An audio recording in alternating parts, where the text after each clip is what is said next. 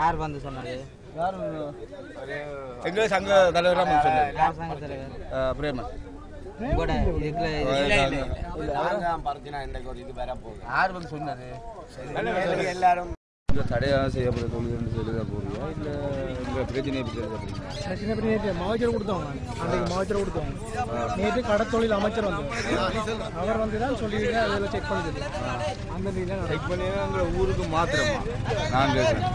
எங்களோட ஊருக்கு மாத்திரமா என்னது இந்த மகச்சார் இல்லை இல்லை நடந்த சம்பவம் சரியா நடக்கிற சம்பவம் இல்லை. என்னத்தை இப்போ என்ன நடந்ததை மட்டும் சொல்ல மறைச்சிருக்கு காலம் வந்து இப்போ மறைச்சிருக்கு. நாங்கள் தொழில் செய்யாமல் இருந்து இப்போ போய் 15 நாள் தான் சொல்கிறோம். 15 இடம்லாம் அப்புறம் என்ன 15 இடம்லாம்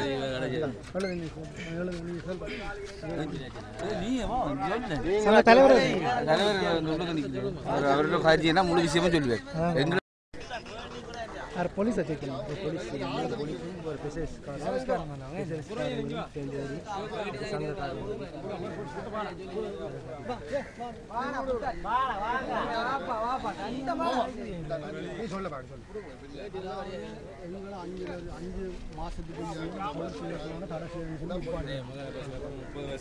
அது அந்த நம்ம இப்போ நடந்து சரியா அப்போ 5 மாதம் தொலைச்சியாக்கான்னு நிப்பாட்டினேன். சரி அந்த 5 மாதம் எங்களை வந்து ஒரு கேட்டதே இல்லை. இங்கே என்ன சாப்பிட்டீங்களா பண்ணிக்காண்டு ஒன்றுமே இல்லை. சரியா மற்றது என்னென்னு சொன்னால் இந்தியன் வந்து அவன் வந்து எங்களோட பால் இதெல்லாம் தொழிலே செய்து கொண்டு இருக்கான். அவன் வந்து கோடிக்கணக்கில் உழைச்சின்னு போயிட்டான்.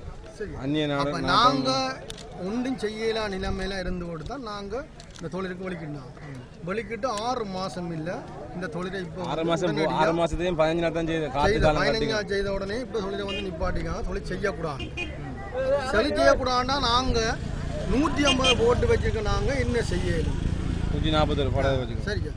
அதில் வந்து 5000 ஜனத்துக்கிட்ட வரும் பொதுமக்கள் தொழில் மாறும்.